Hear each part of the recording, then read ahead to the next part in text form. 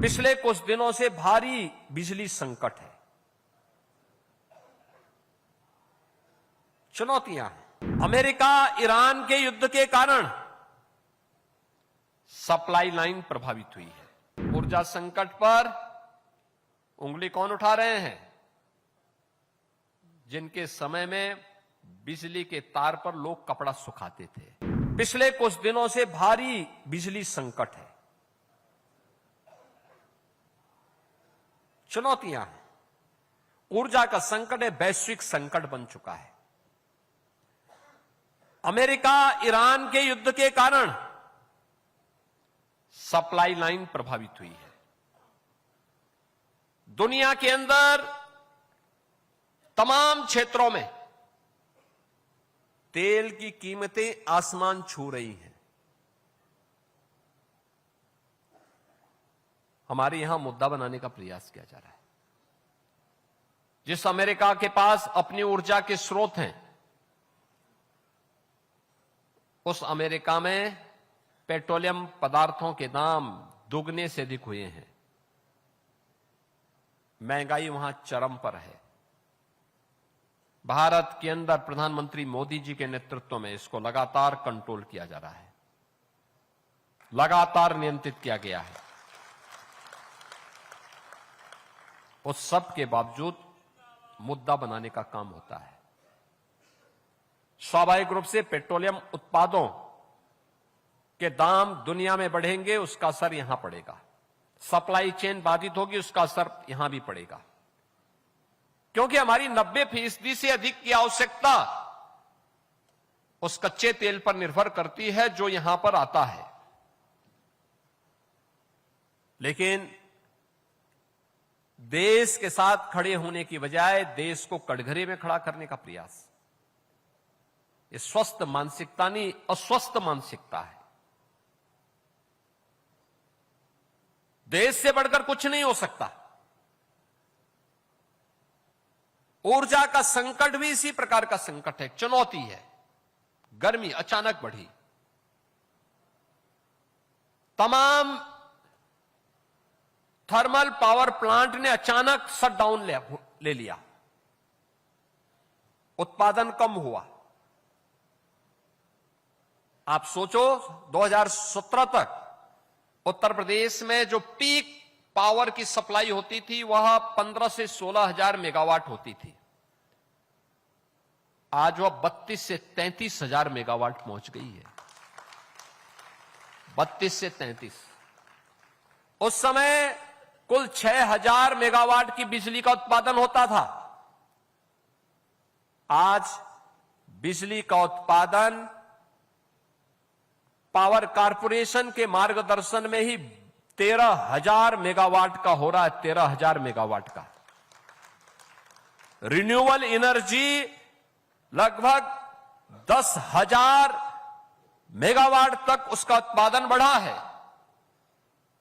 लेकिन आवश्यकता तो हमारी लगभग 33 से लेकर 35,000 मेगावाट तक है, और उसमें भी लोग कोताही नहीं बरत रहे हैं। थोड़ा एलपीजी के संकट को देखते हुए अपना सिलेंडर सुरक्षित रखें। उन्होंने इलेक्ट्रिक हीटर लाकर के उसमें भोजन बनाना शुरू कर दिया। बचना पड़ेगा। देश की समस्या हम सबकी समस्या है, व्यक्ति की नहीं। देश की हर व्यक्ति को इसको अपने ऊपर भी लेना पड़ेगा। और हमें देखना होगा कि जो ये अफवाहबाज हैं, ये देश के हितैषी नहीं है, आपके हितैषी भी नहीं है। ये सब जब भी सत्ता में रहे हैं,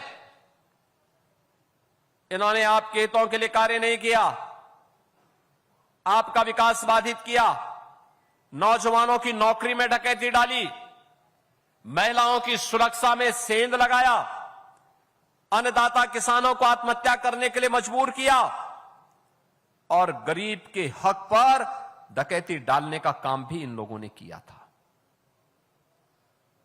आखिर जो 65 लाख मकान हम लोगों ने बनाए हैं प्रदेश में पिछले 9 वर्ष के अंदर, ये सपा बसपा कांग्रेस क्यों नहीं बना पाई? जो 3.25 करोड़ शौचालय यूपी के अंदर बने इस दौरान गरीबों के घर में, ये शौचालय उन्होंने क्यों नहीं बना दिया? जिन 16 करोड़ गरीबों को फ्री में राशन की सुविधा का लाभ यूपी के अंदर मिल रहा है, ये सपा ने, बसपा ने, कांग्रेस ने क्यों नहीं दिया? आयुष्मान भारत में जिन लोगों को फ्री में 5 लाख रुपए की सुविधा प्राप्त हो रही है स्वास्थ्य की, हर वर्ष दी जा रही है, ये काम उन सरकारों ने क्यों नहीं किया? क्योंकि उनके नजरिए में, उनके एजेंडे में गरीब था ही नहीं, महिलाओं की सुरक्षा थी ही नहीं। हमने 9 लाख गरीबों, 9 लाख युवाओं को सरकारी नौकरी, हम लोगों ने 3 करोड़ प्रदेश के नागरिकों को प्रदेश के एमएसएमई यूनिट में समायोजन करके स्वावलंबन की दिशा में अग्रसर किया है। ये काम उन्होंने क्यों नहीं किया? क्योंकि उनके एजेंडे में न गरीब था, न किसान था, न महिला थी, न युवा था। उनके एजेंडे में केवल परिवार था, भाई भतीजावाद था, और इसीलिए वे फेल थे।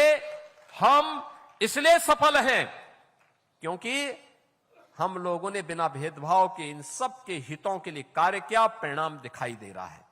प्रत्यक्षम किम प्रमाणम।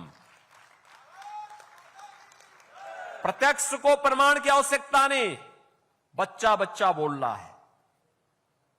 भारत सरकार की या कोई इंटरनेशनल रैंकिंग की एजेंसी जब रैंकिंग करती है, वो रिजल्ट देती है। जिस यूपी के सामने इन्होंने पहचान का संकट खड़ा किया था, वो यूपी आज जब देश के अंदर चलता है, तन करके चलता है। यूपी के नौजवान का हर जगह सम्मान होता है, यूपी के नागरिकों का हर जगह सम्मान होता है। बहनों और भाइयों, इसीलिए आज हम सब आपसे कहने के लिए आए हैं, हमारा दायित्व तो बनता है ऊर्जा संकट के इस दौर में हम किसी के बहकावे में न आने पाए, अफवाह न फैलने दें। हमारा प्रयास हो कि जितनी बिजली हमारी आवश्यकता उतना ही जलाएं, अनावश्यक। अब घर में जिस कमरे में कोई नहीं, क्यों एसी जला रहे हैं, क्यों पंखा चला रहे हैं? रात्रि में जब आवश्यकता नहीं तो जितनी लाइट आवश्यक है, एक लाइट जला दीजिए, 1-2 लाइट महत्वपूर्ण स्थानों पर जलाइए, बाकी लाइट बंद कर दीजिए। डेकोरेशन के लिए जो घर घर में लोगों ने लाइट लगा रखी है, उसको बंद कर दीजिए इस दौरान। स्ट्रीट लाइट नगर निकायों का दायित्व बनता है उतना ही जलाएं जो नागरिकों के हित में हो, अनावश्यक न जलाएं। ऐसे पंचायतों में भी हमें करना होगा। हमने कल ही पंचायत के ग्राम प्रधानों के कार्यकाल को 6 महीने के लिए बढ़ा दिया है। 6 महीने वे कार्य करें। जब तक ओबीसी कमीशन रिजर्वेशन की प्रक्रिया को पूरी करता है, तब तक वे अपने कार्यकाल को आगे बढ़ाएं। हमने सहमति दे दी। उनका भी दायित्व बनता है गांव में दिन में बिजली के स्ट्रीट लाइट न चले, न गांव में न शहर में दिन में स्ट्रीट लाइट न चले। जब आवश्यकता नहीं तब हम लाइट बंद करके रखें। ये सभी कार्य हम करेंगे तो हम अपने नागरिक दायित्वों का निर्वहन करेंगे और चुनौती का सामना करने के लिए अपने आप को तैयार कर रहे हैं। और इसी चुनौती का सामना करने के लिए आज सबकी आवश्यकता बनती है कि विपक्ष के उस नैरेटिव को न माने। याद करना, ऊर्जा संकट पर उंगली कौन उठा रहे हैं? जिनके समय में बिजली के तार पर लोग कपड़ा सुखाते थे। ये सच्चाई है। समाजवादी पार्टी के समय में बिजली नहीं आती थी। उस समय ये लोग क्या करते थे? किसी भी जिले में बिजली देनी हो तो 1 सप्ताह रात्रि के लिए बिजली आती थी, दूसरे सप्ताह दूसरे जिले में आती थी, कभी दिन में कभी रात्रि में। यहां पे तो पूरी बिजली दी जा रही है। अब पावर स्टेशन पर ही शटडाउन हो रहा है और देश के अंदर कहीं पावर है नहीं, तो उसके लिए विभाग को मौका भी देना चाहिए। विभाग अपने स्तर पर कार्य भी कर रहा है। मैंने स्वयं भी इसकी समीक्षा बैठक ली है। लेकिन केवल ये जिम्मेदारी पावर कॉरपोरेशन की नहीं, हर नागरिक की जिम्मेदारी बनती है कि वह इस समय पावर कॉरपोरेशन के साथ खड़े होकर के इस संकट का सामना करने में उनका सहयोग करें। ये हमारा नागरिक दायित्व भी बनता है। हम उसमें पूरी मजबूती के साथ खड़े होकर के बोले। आलोचना प्रत्यालोचना से काम नहीं चलने वाला। संबल देकर के मजबूती के साथ इसको आगे बढ़ाना, और सरकार हर समस्या का समाधान